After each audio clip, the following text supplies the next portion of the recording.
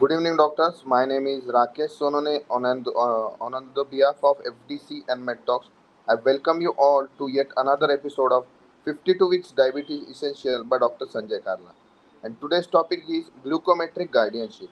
Before going forward, I would like to announce last week quiz winners. They are as follows: Ninad H from Mumbai, Shantanu Kumar Bhattacharya from Kolkata, Gangadhar Rath from Bhubaneswar, Bharat Praveen Mittakola from Surat, Anand Purandare from Mumbai, Rinku Guptaji from Mumbai, Ashutosh Das from Tamluk, Sarfaraj Arju Sheikh from Mumbai, Anil Upadhyay from Barabanki, Ravi Bhatt from Sirsi, Shashi Khare from Bhopal, Surjit Kalsi from Noida, Satish Kumar Jain from Bangalore, Sanjeev Puri from Hoshiarpur, Pradeep Patro from Chhatrapur, Ashwini Kumar from Kanpur, and Dr. Vilas Sonane from Asti. With this, I would like to hand over today's session to Dr. Sanjay Karla sir. Thank you so much.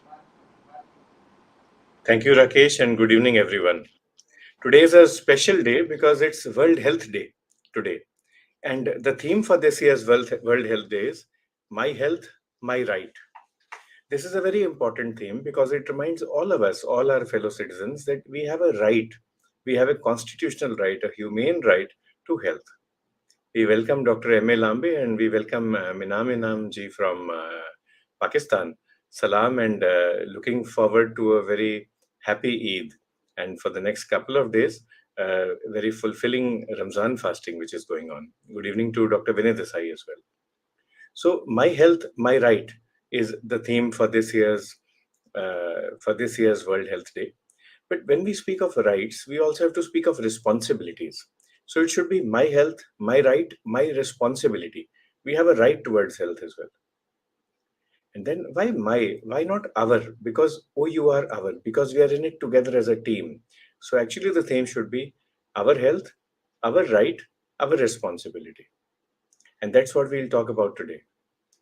Thank you, Dr. Lambe, for your kind words on NT-proBNP, and we can always discuss that again. So today, Let's talk about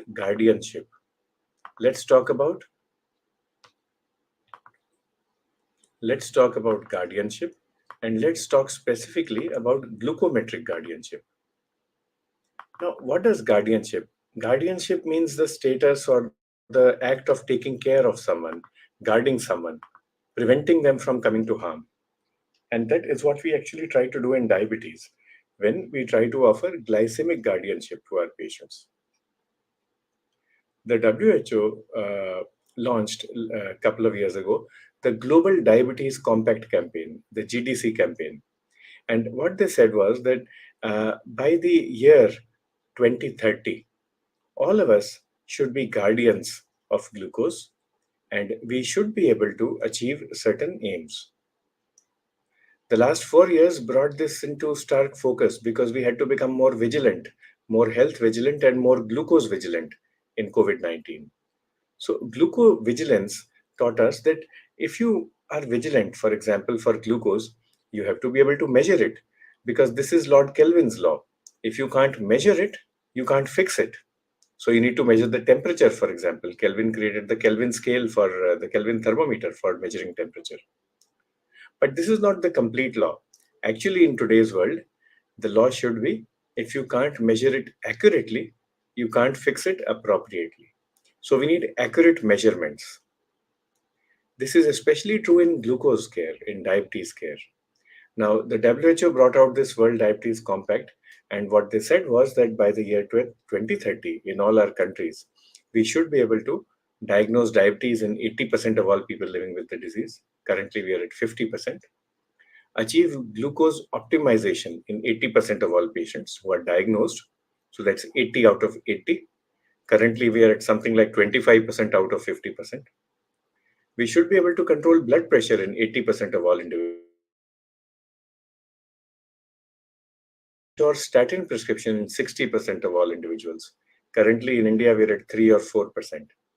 And we should be able to make affordable insulin and glucose monitoring available. Affordable insulin and glucose monitoring available for all people with type 1 diabetes.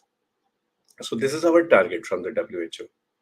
When you look at this target, target that is set out for us, one thing stands out, that is glucose optimization in 80%, which means we have to measure. And then another thing is availability of glucose self monitoring for type 1 diabetes. This is known as glucometric guardianship. Now, we define glucometric guardianship as the process. So, it's a process, it's not a one off thing, it's a continuous process of ensuring appropriate measurement, monitoring, and analysis of glucose levels. So, note the term appropriate measurement, monitoring, and analysis. So, you have to measure, you have to monitor, and you have to analyze the glucose levels. Mindfully analyze. So, appropriate measurement, monitoring, and mindful analysis of glucose levels so as to ensure alertness and agility. We need to be alert while managing diabetes, and we need to be agile while anticipating and detecting. So, see, we need alertness and agility, and we need to be able to anticipate and detect. Not only detect hypo or hyperglycemia, but we should be able to anticipate them in advance. So, anticipate and detect in an agile manner. Detect what? Anticipate what? Suboptimal glycemic parameters, which may be hypo or hyperglycemia or glycemic variability. And then finally, we should be able to respond to them. So let's repeat our definition again. It is the process of ensuring appropriate measurement, monitoring, and mindful analysis of glycemia so as to ensure alertness and agility while anticipating and detecting suboptimal glycemic parameters and responding to them. This is best done by something known as structured glucose monitoring. Structured glucose monitoring. What is this? It is monitoring of glucose, but see, we said here measurement, monitoring, and mindful analysis. So that's what comes in structured glucose monitoring. Measure, monitor, and mindfully analyze glucose in a planned and systematic manner so that you can identify glycemic patterns, not only cross sectional but longitudinal as well. And what will this help us do? This will help us plan modifications. Modifications in lifestyle therapy and drug therapy. What will these modifications do for us? They will help us achieve good glucose control with maximal efficiency in a safe and smart manner. So, monitoring is done just not for itself. It has to be done so as to achieve good glucose control in an efficient manner, in a smart and safe manner. And this ideally should be done in a very planned and systematic way. We should be able to combine glucose monitoring or measurement with mindful analysis and with the required modifications. So, measure and monitor, mindfully analyze, and then modify therapy with maximal efficiency. When we look at structured glucose monitoring, of course, there is a structure that you have to create. The structure is based upon medication, what drugs we are giving to the patient. The frequency of monitoring is person specific and it is situation specific. Let's take an example. Someone who is experiencing a lot of hypoglycemia, hyperglycemia, or glycemic variability. We need higher frequency of monitoring. Someone where we are using drugs where the risk of hypoglycemia is higher. Hypo hasn't occurred yet, but we are anticipating hypoglycemia. The frequency should go up. We've started a patient on steroid therapy. We anticipate hyperglycemia. We anticipate glycemic variability. So again, the frequency will go up. So it is person specific and situation specific. Tomorrow, that same person may be stable. We will take the frequency. We'll bring down the frequency. So frequency of monitoring is person specific, but it will vary according to situation, place. The pattern of monitoring is more medication specific. That means some medications will require a different pattern, a different structure for monitoring. Others will require a unique one. Now, to understand the patterns, we should understand the glycemic personality of the patient first. What is the glycemic personality? The glycemic personality is the glucose levels of the patient. But not only that, it is assure A for associated complications and comorbid conditions.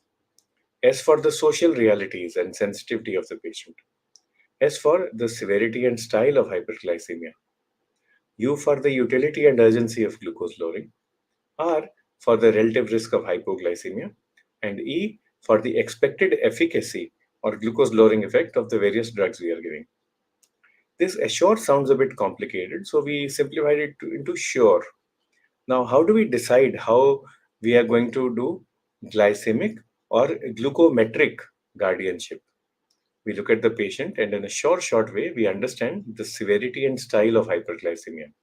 Does the patient have high glucose throughout the day or only at some times of the day? What is the utility and urgency of control? If we want to control glucose immediately, like in DKA, we will have to be more aggressive in monitoring. What is the risk of hypoglycemia? If the risk is high because of drug therapy or because of associated medical issues like renal disease, liver disease, maybe gastrointestinal disease, then we will be more aggressive in glucose monitoring. If the risk of hypoglycemia is low because we are not using hypoglycemia causing drugs and there is no comorbid condition, then maybe we can reduce the frequency of monitoring. E is also for the enthusiasm, education, and willingness of the patient to engage along with his or her family. If the patient is enthusiastic, they can monitor more frequently. Otherwise, they can monitor less.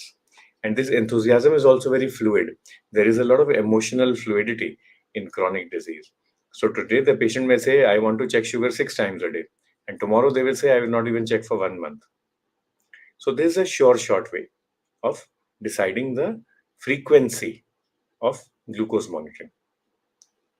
Glucose monitoring is important not only in the OPD but in the indoor as well. It's just that the kind of monitoring varies. And apart from self monitoring of glucose, you can do HbA1c as well. Now, let's come to the pattern of monitoring. If you're using a drug which focuses on fasting hyperglycemia, then we will check fasting glucose. This is done with basal insulin and with metformin predominant regimens. Basal insulin will bring down the fasting glucose, metformin will bring down the fasting glucose. You should do postprandial glucose as well. Remember that postprandial glucose is a method of monitoring diabetes. It is not a method of diagnosing. Diagnosis is done by fasting and post load or post challenge. Monitoring is done by fasting and postprandial. But if you're giving basal insulin, then we will titrate the basal insulin dose or the metformin dose according to the fasting glucose levels. If we are giving prandial insulin or sulfonylureas, then we should do pair testing before breakfast and 2 hours after breakfast, before lunch and 2 hours after lunch, before dinner and 2 hours after dinner. Depending upon the needs of the patient, the requirement, the timing of the dosage administration, we will do any of these pairs. A random glucose will not be so helpful. It's a good idea to pair pre and post meal. If our patient is on premixed insulin or is on sulfonylurea plus metformin combination twice a day, then the pair will be pre-breakfast and pre-dinner. So before breakfast and before dinner, first we optimize these values, then we move on to other monitoring. If our patient is on once weekly GLP-1 RA, and now in a few months, once weekly basal insulin will also be available in our country. Icodec insulin is the name. Then the monitoring requirement is less, is not so much. Less frequent monitoring will work. HbA1c, of course, must be done. So let us revise once more that the pattern of monitoring of glucose is medication specific. The frequency of monitoring is person specific.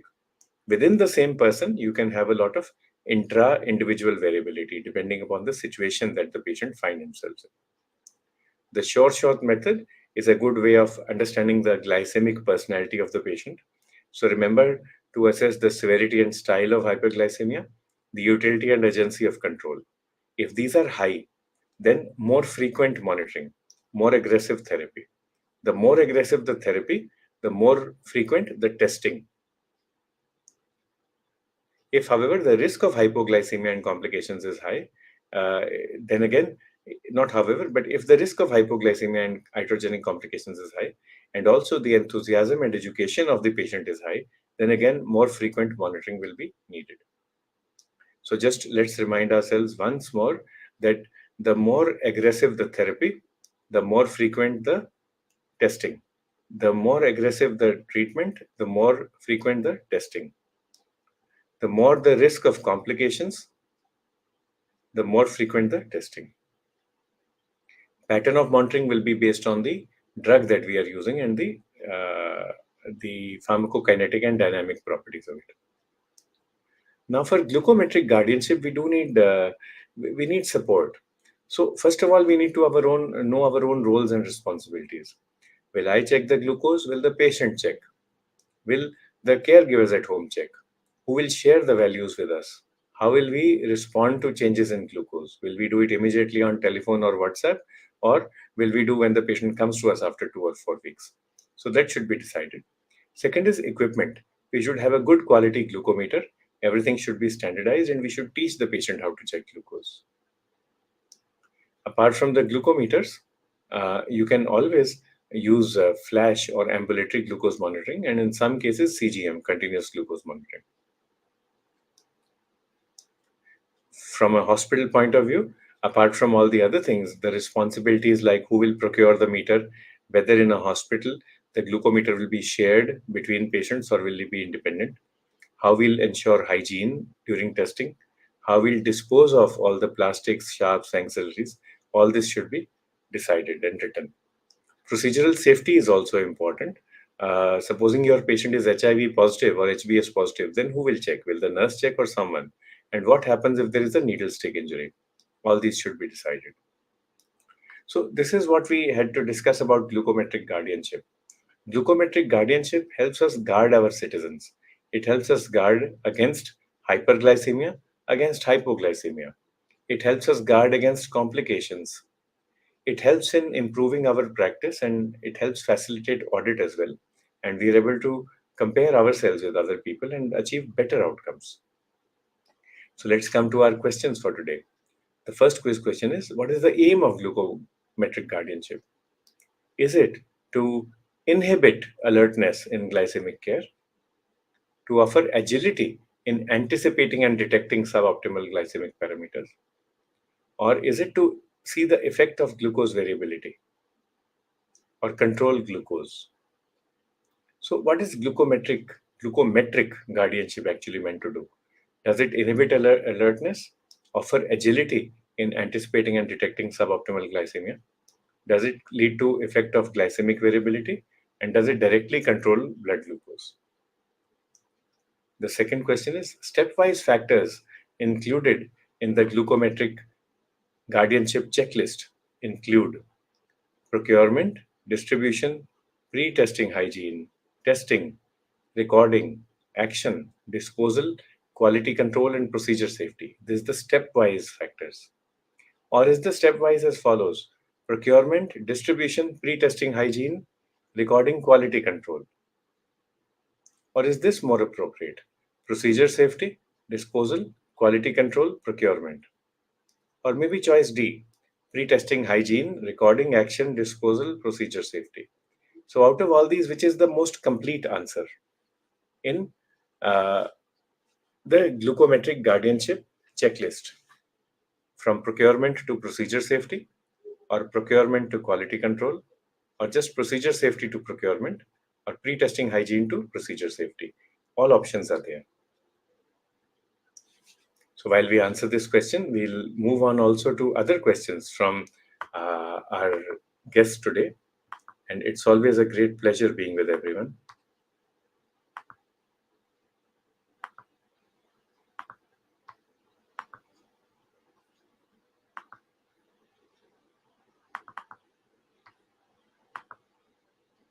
Yeah, so I got the questions. Uh, Salam to Miname Namji and Dr. Anshul Singhe. Good evening, warm welcome. Dr. Mahesh shares a very good point. Thank you, Dr. Mahesh.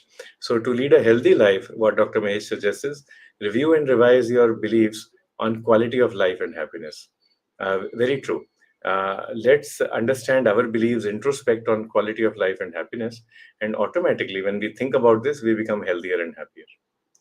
Good evening to Dr. Siddharth from Masra as well. And Dr. VK Goel says it is a difficult topic, you're right. So, just when you remember, Dr. Goel, that the pattern of glucose monitoring will be medication specific, the frequency can be person specific. This helps sort out most difficulties. When we should check our own glucose, once a year should be fine for non diabetics. Fasting and ideally a post load. But if you don't want to do that, you can also do it after a heavy meal, 2 hours after a heavy meal. Many people, around 20-25% of adult India, Pakistan, is pre-diabetic.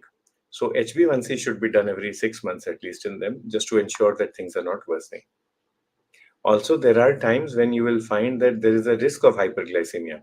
Patient had a comorbid condition. Patient had a comorbid condition. Patient took concomitant medication, and all these can lead to high glucose levels. So then the frequency of monitoring should increase actually.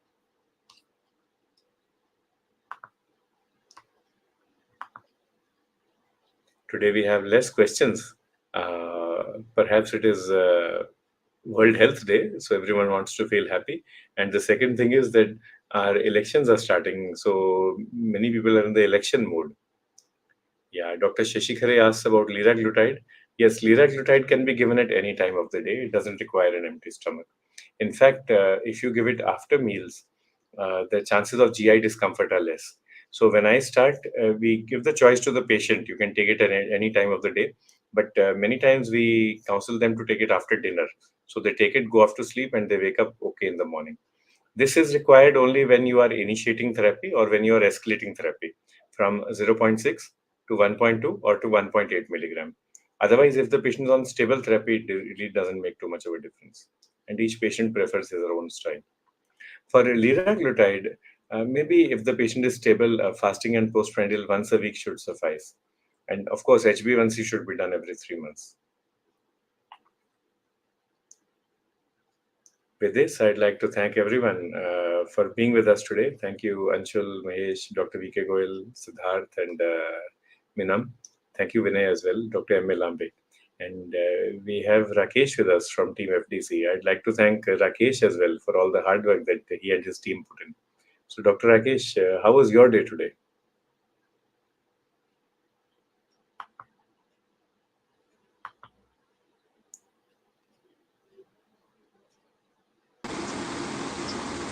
So today, because I have to go for a cycle meeting tomorrow to Bangalore, so today is a much busy day because I have to prepare some presentations and always जैसे आप सबको ही पता है कि packing में तो आधा दिन चला ही जाता है. Okay, but we hope you have a happy and productive meeting tomorrow. Yes, sir. Thank you so much. Thank you. With this, we'd like to thank everyone for having been with us. Everyone, Jai Hind.